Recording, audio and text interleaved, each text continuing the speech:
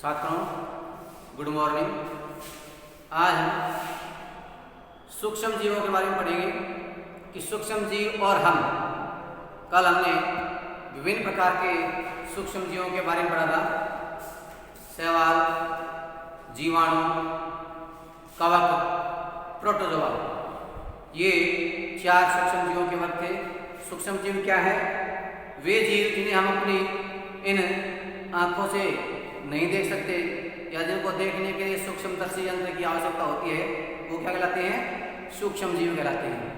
ये सूक्ष्म जीव हमारे लिए उपयोगी हैं और हमारे और जंतुओं के लिए नुकसानदायक भी है।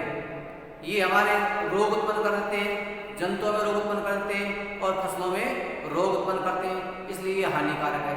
तथा हमारे लिए दैनिक जीवन में दही बनाने के उपयोग में, इडली डोसा के खमीर उठाने में, अल्कोहल के निर्माण में, जलेबी आदि के निर्माण में, अचार बनाने में, इनमें बहुत सी चीज़ों में इनका उपयोग होता है। तो सूक्ष्म जीव और हम, पहला टॉपिक था सूक्ष्म जीव और हम, यानी सूक्ष्म जीवों पर हमारे ऊपर क्या प्रभाव है। सूक्ष्म जीव हमारे लिए लाभदायक है और हमारे लिए हानिकारक है। ये हमें हमारे शरीर में, जंतुओं के शरीर में और फसलों में रोग उत्पन्न करते हैं। तो हमें दोनों तरह से प्रभावित करते हैं, लाभ भी पहुंचाते हैं तो दूसरी ओर हानिकारक भी होते हैं हमारे लिए। ये लाभदायक क्या है? देखिए, अल्कोहल के निर्माण में, अल्कोहल के निर्माण में पुराने जमाने से ही ईस्ट का उपयोग किया जाता है। इसके लिए हमारे समय की गतिविधि दी है कि हम चीनी को उबाल करके और उसमें चीनी को पानी में गर्म, चीनी का विलयन लेकर के और उसमें उसे गर्म करते हैं। गर्म करके उसमें कुछ मात्रा में ईस्ट पाउडर डालते हैं।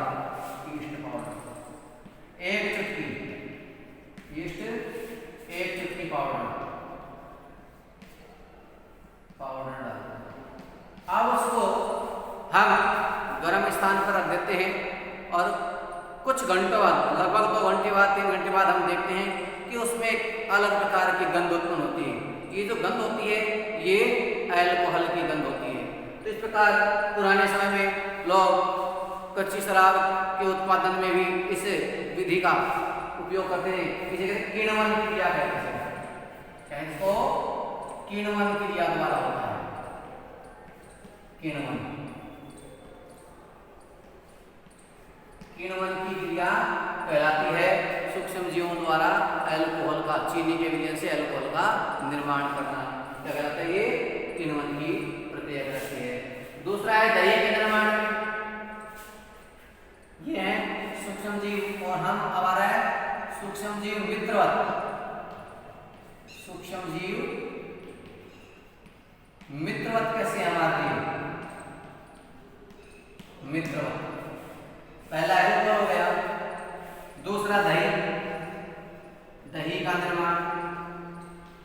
छात्रों, हम घर में अपनी माता जी को गर्म दूध या गुनगुने दूध में दही या छाछ डालकर शाम के समय रखते हुए देखते हैं और सुबह देखते हैं उसमें दही से जो दूध में छाछ डाल रहा उसका दही बन जाता है। तो इस प्रकार हम देखते हैं दही में अनेक सूक्ष्म जीव होते हैं और उनमें एक लैक्टोबैसिलस नामक जीव होता है। कौन सा? लैक्टोबैसिलस। लैक्टोबैसिलस ये प्रमुख होता है। लैक्टोबैसिलस ये जो सूक्ष्म जीव है, ये दही में प्रमुख रूप से होता है और इसके कारण ही दूध को दही में परिवर्तन कर देता है। ये जो सूक्ष्म जीव है लैक्टोबैसिलस, अनेक होते हैं सूक्ष्म जीव, लेकिन ये इसमें प्रमुख रूप से होता है। इसलिए जब दूध को गर्म करके गुनगुने रूप में शाम को उसमें हम थोड़ी छाछ डाल करके रख देते हैं, सुबह वो पूरा दूध दही में परिवर्तित हो जाता है। तो इस प्रकार दूध को दही में बनाने का जो कार्य है वो कौन करता है? लैक्टोबैसिलस। ये एक सूक्ष्म जीव है। क्या ये सूक्ष्म जीव है और हमें दही प्राप्त होता है इसके कारण सूक्ष्म जीव। तो इस प्रकार हमारा दही के निर्माण में लैक्टोबैसिलस के और अल्कोहल के निर्माण में ईस्ट का उपयोग होता है। अगला आ रहा है पर्यावरण में, पर्यावरण शुद्धि, पर्यावरण शुद्धिकरण।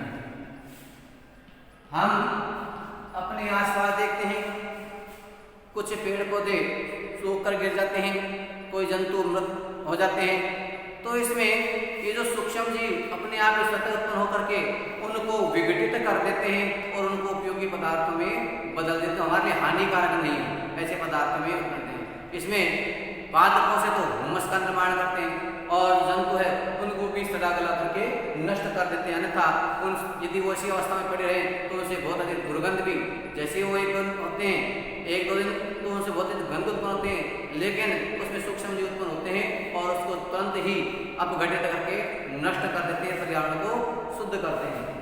हमारे घरों में फल सब्जी क्योंकि छिलके आदि होते हैं उनको हम डालते हैं, वो यदि अपघटित न हो तो उनसे मक्खी मच्छर पैदा हो और दुर्गंध पैदा हो। तो सूक्ष्म जीव क्या करते हैं? उनको अपघटित कर देते हैं, खाकर के उनको अपघटित करके मृदा में मिला देते हैं। इस प्रकार हमारे पर्यावरण की शुद्धि में भी ये सूक्ष्म जीव उपयोगी हैं। उसके पश्चात कृषि में चौथा आ रहा है कृषि। कृषि में भी उपयोगी है। ये सूक्ष्म जीव हमारी भूमि को केंचुए और अन्य सूक्ष्म जीव होते हैं, केंचुए और अन्य सूक्ष्म जीव, केंचुए व अन्य सूक्ष्म जीव ये हमारी भूमि को उपजाऊ बना देते हैं। केंचुए एक कार्बनिक पदार्थ को खाते हैं, फल सब्जियों के छिलके हैं, चारा है, हरा चारा है, इनको खा करके क्या करती है? इनका जो अपशिष्ट होता है वो बहुत ही उपजाऊ होता है और ये अपशिष्ट हमारी भूमि को उपजाऊ बनाते हैं, अधिक पैदावार होती है, फसलें अच्छी होती है। इस प्रकार एक कृषि में भी उपयोगी है सूक्ष्म जीव। ये सूक्ष्म जीव नाइट्रोजन का स्थिरीकरण भी करते हैं। राइजोबियम, राइजोबियम जीवाणु, राइजोबियम जीवाणु ये कुछ दालें हैं, उनमें जड़ों में गुठिकाओं के रूप में पाए जाते हैं, जड़ में गुठिकाओं के रूप में पाए जाते हैं। लेग्यूम पौधे की जड़ होती है, मानले पौधे की जड़ है, इन जड़ में कुछ इस प्रकार की गुठलियां ऐसी पाई जाती हैं, गांठें होती हैं, ये गांठें ये राइजोबियम होते हैं, राइजोबियम ये सूक्ष्म जीव है। ये पौधे के लिए नाइट्रोजन का अवशोषण करते हैं, नाइट्रेट युक्तों में अवशोषण करते हैं राइजोबियम जीवाणु, भूमि में नाइट्रोजन की पूर्ति कर देते हैं। और जिन पौधे जो जिनसे हमें प्रोटीन प्राप्त होता है उन पौधों के लिए राइजोबियम पादप के लिए नाइट्रोजन की पूर्ति करते हैं। इस प्रकार ये राइजोबियम जीवाणु भी हमारी कृषि के लिए, हमारे जो दाल वाली फसलें हैं और जो प्रोटीन युक्त देने वाली फसलें हैं उनके लिए राइजोबियम जो सूक्ष्म जीव है ये उपयोगी है। ये भी सूक्ष्म जीव है और अच्छी फसल के निर्माण में इनका उपयोग होता है। पनीर, पनीर के निर्माण में कुछ सूक्ष्म जीव है, जैसे दही बनता है ऐसे ही दूध से पनीर का निर्माण किया जाता है, उसमें भी सूक्ष्म जीवों का उपयोग होता है। अचार के निर्माण में पनीर, अचार, इडली आदि इनके निर्माण में भी सूक्ष्म जीवों का उपयोग होता है। इस प्रकार ये सूक्ष्म जीव उपयोगी है। हम ईस्ट पाउडर के लिए देखते हैं कि आधा किलो क्या लेते हैं? मैदा या आटा लेते हैं, आधा किलो मैदा लेंगे, आधा केजी मैदा। और उसमें 2-3 चुटकी क्या डालते हैं, ईस्ट पाउडर की डालते हैं। इस मैदा को लेकर के इसमें थोड़ी चीनी मिला करके और प्लस चीनी, इसमें चीनी मिलाएंगे इस मात्रा में और उसमें गर्म पानी से उसको मथ लेते हैं और गर्म पानी से मथने के पश्चात उसमें 2-3 चुटकी ईस्ट पाउडर की डाल देते हैं ऊपर से और करीब 2 घंटे बाद देखते हैं कि इस मैदा का जो आयतन है वो आयतन बढ़ जाता है। मैदा का आयतन बढ़ गया। ये मैदा का आयतन क्यों बढ़ा? मैदा का आयतन जो आकार है उसमें ही दिखाई देता है। पहले अपने पात्र में लगभग बराबर में होगा या कुछ कम होगा, लेकिन जैसे ही आपने ईस्ट पाउडर डाल करके और देखते हैं 2 घंटे बाद उसका आकार आकृति पहले से बहुत अधिक आपको दिखाई देता है। इसका मतलब उसका क्या बढ़ गया? आयतन बढ़ गया। आयतन बढ़ने का कारण क्या है? ईस्ट पाउडर क्रिया करके किण्वन करके और एक कार्बन डाइऑक्साइड का निर्माण करते हैं और ये कार्बन डाइऑक्साइड के जो अणु हैं, कण हैं, ये इस मैदा के अंदर क्या करते हैं? उसकी आयतन को बढ़ा देते हैं। मैदा का आयतन बढ़ाते क्या बढ़ाते हैं? Carbon dioxide CO2, carbon dioxide, carbon dioxide इसका निर्माण करते हैं और कार्बन डाइऑक्साइड के निर्माण से कार्बन डाइऑक्साइड इसमें मैदा के आयतन को बढ़ा देती है। मैदा हमें अधिक दिखाई देती है, इसका आकार बढ़ जाता है। तो इस प्रकार पहले घरों में जलेबी बनाने के निर्माण में भी मैदा में इस प्रकार खमीर उठाते हैं, रात को उसको रख देते थे मटके में और 2 दिन जलेबी बनाते हैं तो उसमें भी उसका आकार बढ़ जाता है। मैदा का आयतन बढ़ने में ये क्या है? सूक्ष्म जीव उपयोगी है। आगे है बेकिंग उद्योग में। बेकिंग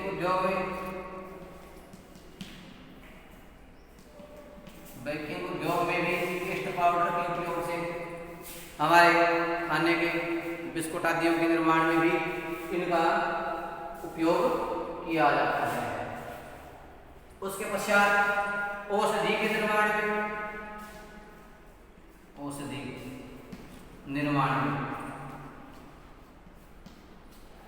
पेनिसिलिन नामक जो औषधि है, पेनिसिलिन इसके निर्माण में भी सूक्ष्म जीव जो पेनिसिलियम होता है उसका उपयोग करके और हम पेनिसिलिन नामक औषधि बनाते हैं। ये प्रतिरक्षक दवाई है। ऐसी ये प्रतिरक्षक दवाई है जो हमारे शरीर में रोग उत्पन्न करने वाले सूचना को नष्ट करती है, रोग प्रतिरोधक क्षमता बढ़ाती है। इस प्रकार ये और निर्माण पेनिसिलिन और स्ट्रेप्टोमाइसिन, एरिथ्रोमाइसिन, पेनिसिलिन, स्ट्रेप्टोमाइसिन,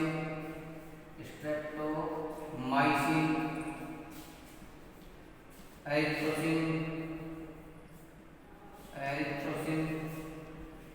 ये कुछ औषधियां हैं, प्रतिजैविक औषधियां हैं। इन्हीं के निर्माण में भी किसका उपयोग होता है? सूक्ष्म जीवों का उपयोग।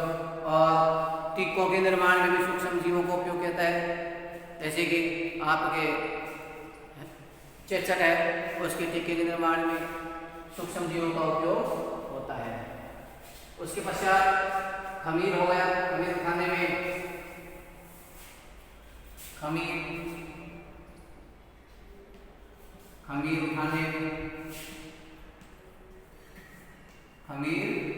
उठाने में भी सूक्ष्म जीवों का उपयोग होता है। खमीर उठाना क्या है? जैसे अभी बताया जाए ईस्ट पाउडर डालते हैं खाद्य सामग्री में तो वह उससे किण्वन क्रिया करके और उसकी मात्रा, उस जो पदार्थ होता है खाद्य पदार्थ, उसकी मात्रा में वृद्धि हो जाती है। ये ईस्ट कैसे वृद्धि होता है? ईस्ट कोशिकाओं में ये ईस्ट है, ये इस प्रकार अलग प्रकार मुकुल बनाते हैं। मुकुल ये ईस्ट कोशिकाएं हैं और ये ईस्ट कोशिकाएं जितनी वृद्धि होती है ये सब अलग हो जाती है और अलग होकर के और ये अलग